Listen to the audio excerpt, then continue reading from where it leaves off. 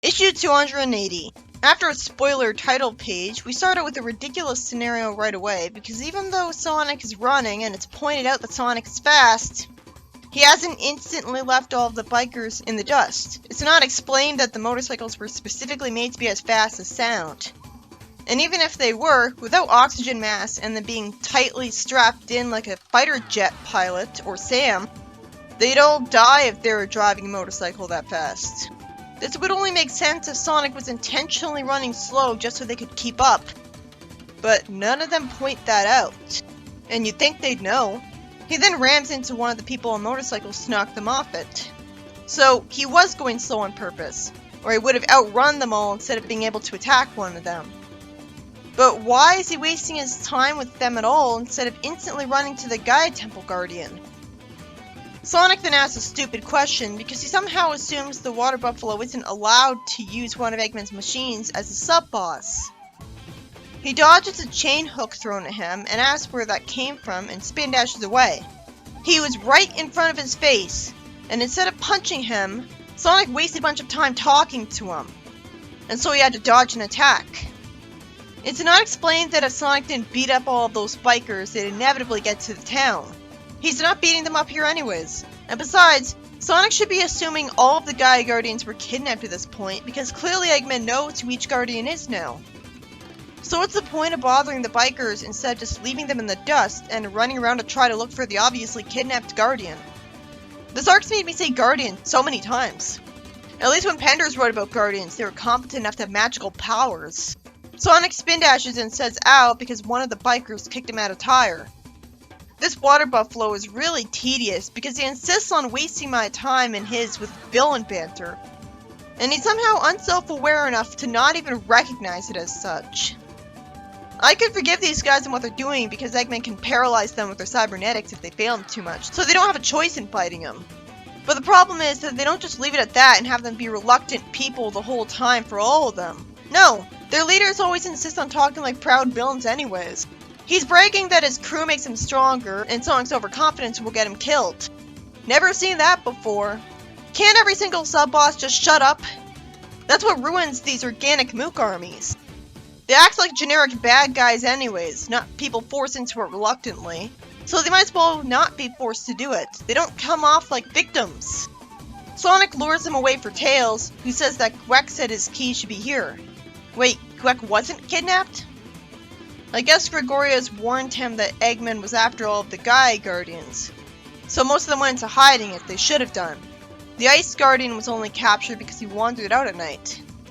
The Shamar Guardian was kidnapped, but he should have been warned to move out and hide already. It would have been cool if the Guardian of the Ice Gaia Temple had ice powers and so on, but no, they're just boring filler characters. Imagine how much easier it'd be if, as logic would dictate, all of the keys were just in the Aptos Gaia Temple. And Sonic just needs to talk to Gregorius and he'd unlock the inner chamber with his keys. And he'd immediately get all of the other ones. People going to such great lengths to make using the Gaia Temples almost impossible would make more sense if they didn't actually want anyone to use the temples. And wanted the world to stay shattered again. But then why did they make temples that could fix the planet in the first place? So that can't be it. Maybe different people made the temples from the ones who made all these extra bullshit measures. I wish it was explained that the ones who came up with the ideas of sun and moon keys and secret guardians of them were actually people who wanted the planet to stay shattered so they could take advantage of dark Gaia energy. They could be mages like Ixis, and they would have just been pretending to be allies of the temple makers. Even then, the temple makers would have to be impossibly stupid to agree to that, because they seem more like security measures against the planet being brought back to normal. Trying to prevent that at all costs, making it as difficult as possible to use the temples. It's so counterintuitive that it needs a proper explanation. The keys only exist to pad out the arc. If they didn't exist, Eggman would eventually find the temples and secure them with his forces anyways, so nothing would change. So what if he could get into their inner chambers? He doesn't want to bring the plan back together, so he won't use them. He doesn't want to destroy the temples, so he wouldn't do anything to the chambers anyways. The security measures were gotten past effortlessly anyways, because somehow Metal Sonic found the most important guardian. If they could have seen the future enough to know that someone would want to keep the planet shattered, You'd think they'd also know that the security measures would be gotten past. At least Sonic luring the army away is a proper explanation for why he's wasting his time with them, and why the heroes were able to get to a temple that was secured earlier.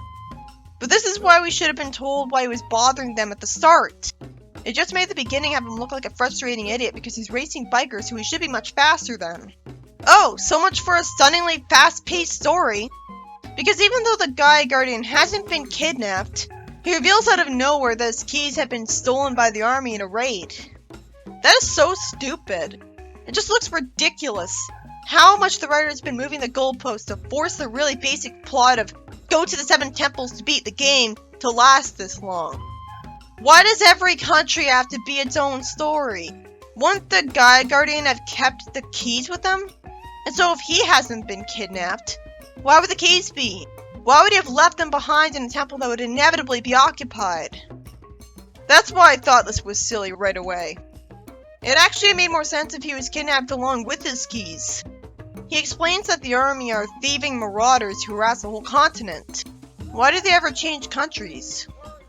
There's tons of different countries in Africa. Someone says that the army has been occupying every temple and ruin they can find, so he thinks their occupation of the holy tree is just coincidence. Sonic says that they need to get in, grab the keys, and get out without tipping them off that the keys are important. That last part is the real problem, because obviously they are important if he's going to get them, so they can't see him. Which they would if they saw his blue blur run there and back in 2 seconds. The minimum amount of time it would take. Even if he made himself invisible thanks to Rotor or his Gallagher power, they still notice the wind rushing past them. So they'd assume it was Sonic. Sonic says that luckily he's got a plan, and Tails shows no faith in him, saying uh-oh. So then why doesn't he call Sally and ask her to come up with a plan instead? Chip says in the Gaia temple that Sonic's plan was of course to run into danger.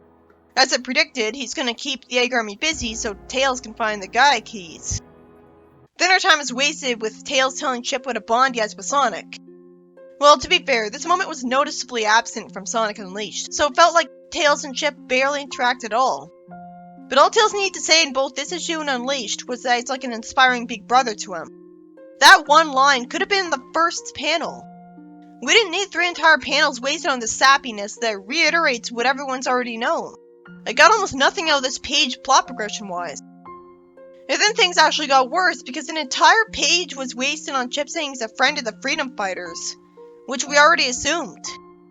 So we see Chip giving Rotor a wrench, stirring something in a pot that doesn't look good, playing a harmonica near Bunny as she plays the guitar, sleeping on Big's chest, being read a book by Nicole and Sally, and flying around with Cheese as Amy and Cream dance. It's at least interesting to see a wide variety of different things here. But it would have looked nicer if it wasn't in faded color just because it's a flashback. Chip annoyingly can't finish his train of thought because he spots the Gaia keys. Tails waits until now to think to remind Chip that there's still soldiers around, when Chip's been talking for a while with no consequences. And Chip says they put the keys together. Then it turns out the inner chamber of the temple was opened, and the heroes are scared for some reason. Oh no, Eggman wants to bring the planet back together! Well, it makes sense that Tails said, what if they left a bomb in here for Sonic? Tails has to input a password, and relatably, they used a really lazy password. He says, ooh, their password was password 1 this time. Getting fancy. Too bad we have to use passwords. Wait, why doesn't Eggman's technology come in here and require a retina scan? Then the heroes would never be able to get in.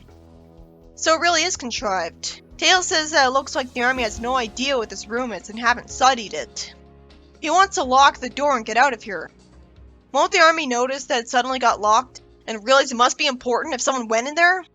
Or was it already locked? Chip's instincts cause him to fly towards a glowing window, and he doesn't waste time explaining himself to Tails first, so Tails panics. Then there's a painfully boring page that seems very redundant if you already played Unleashed. We shouldn't have even seen this. Chip should have just come back out immediately and explained what happened to Tails. Chip gets greeted by an inexplicably talking light that says he was once one of his when the Chaos Titans drove back the darkness. But they all were changed for it. And he says he returns to him now all that he can so that he can restore the world. But he won't be able to restore the whole world instantly after this. Because apparently you can only do so much magic or else they blow up.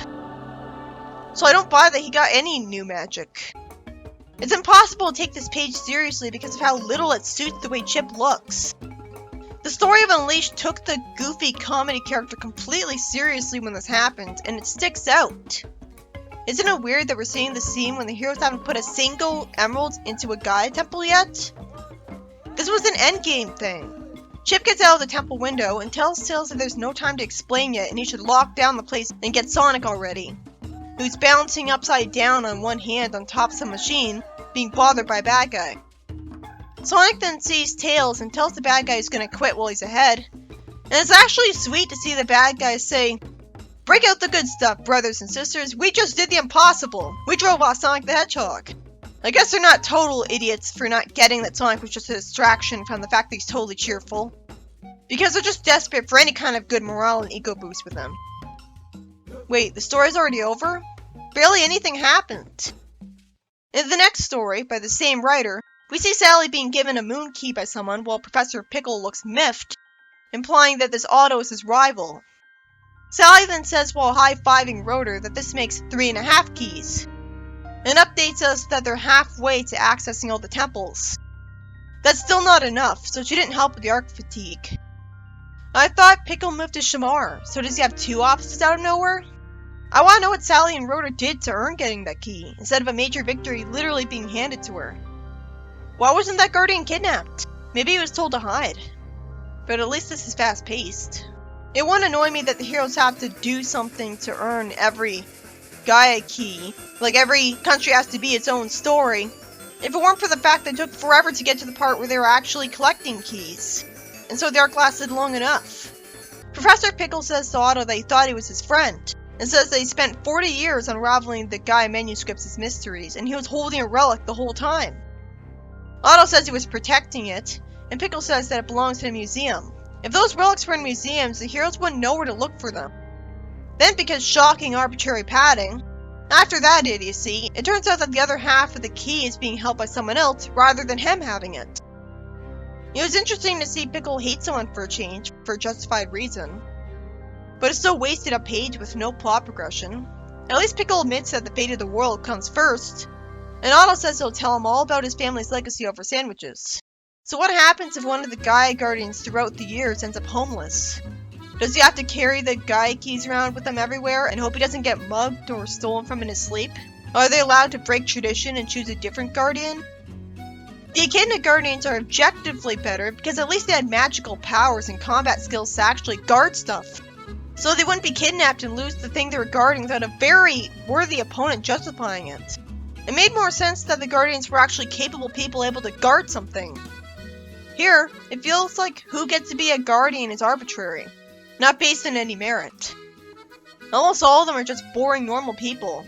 Then we cut to Sally and Rotor walking outside, and Rotor complains that with everyone barely coping with the world being split apart, it drives him crazy that some people are still putting their personal issues above the greater good. We see someone complain that a hotel doesn't have reservations anymore for her mother's birthday because the hotel was too lazy to book it weeks ago and she hasn't gotten the ring ready, and just didn't have the money she thought she would. And then Sally points out that this random civilian is actually their next key guardian. I don't know why this is trying to make fun of her for being upset about that. Problems are still relevant, and it's not like this is put over the greater good. Also, we see the word nails on the window in a place where English would not normally be the dominant language.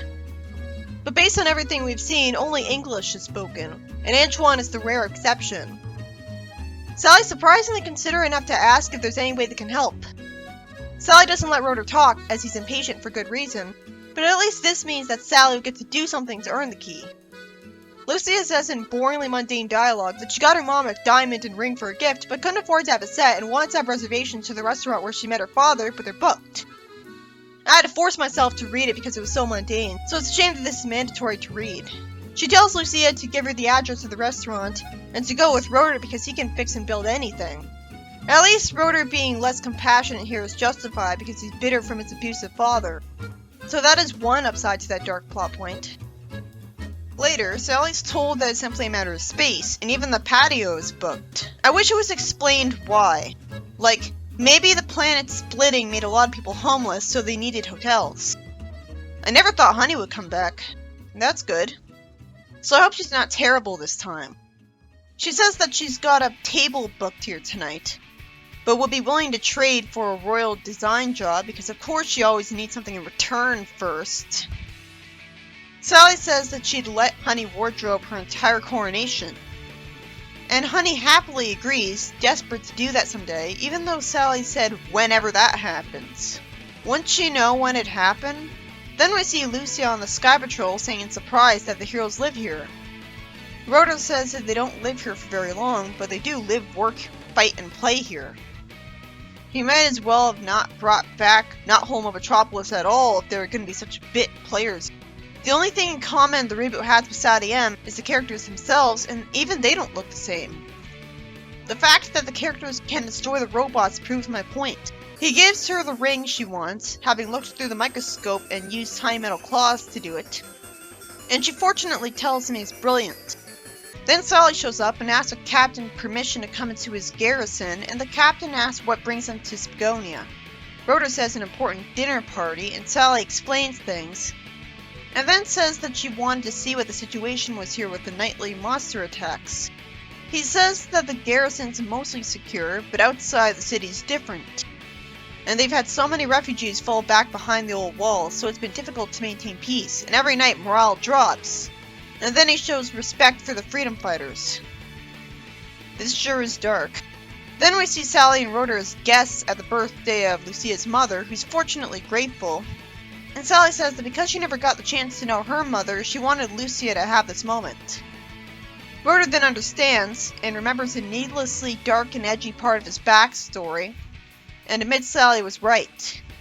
I assumed he never even saw his mother before. Somehow the writer was even more spiteful and cruel. He really does think he can get away with anything. Remember, his mother was alive just fine in Archie, because they knew it was a kid's comic. Even the reboot isn't free of these dark moments. If it was really lighter and softer, why was every Sadie M character getting the short end of the stick when it came to parents? Rhoda asks Sally how she got the table anyways, and she says that she's got an interesting phone call to make to her father tomorrow. Wouldn't he be happy to do this since he's a nice guy in the reboot? Lucia then asks what Otto sent Sally to see her about, and she says they're looking for the keys to save the world in Winter because she's the Guardian. Then Lucia panics, making me wonder if even more padding is coming up to move the goalposts. Oh good, she says she'll go get the key right now, lampshading that the world is literally falling apart and she was worried about birthday party. It's not progressively falling apart, otherwise Eggman wouldn't see the Dark Eye energy as worth an inevitable apocalypse. Then Sally and even Rhoda tell her to sit so she can enjoy herself, and the story ends with them flying away with the keys on the airports at night. It sure would suck for them if some dark Gaia monster suddenly showed up and knocked them out of the sky. This issue is by Ian Flynn. The first story was just about Sonic luring Eggman's army away from the Gaia temples so Tails can get some Gaia keys back. And then Chip appallingly wastes our time with a scene that's extremely redundant because he already knows he's like Gaia at this point. He can get away with anything. It sure took a lot of pages to tell a story that dull. Not to mention basic and derivative. The second story was kind of interesting and memorable because of how mundane it was. It reminded us that Sally is a considerate person by helping out with even a minor problem. She gets a key with no effort, and then to make up for that, she throws a great birthday party for the mother of the other key holder. Unfortunately, she didn't have to do that to get the key as a reward, which could have ruined the story, being no better than the Shine sprites. Instead, the key holder lampshades that she was only worried about a birthday party and didn't know that they wanted the key, and wants to give her the key right away. The heroes having to go out of their ways to get keys to Gaia temples for an entire issue is certainly more pad out than in the game, but at least we get to see them actually earn them as major victories most of the time, instead of Sonic simply talking to a few people for a minute, which is how I naturally assumed he'd get all the keys because it'd be faster.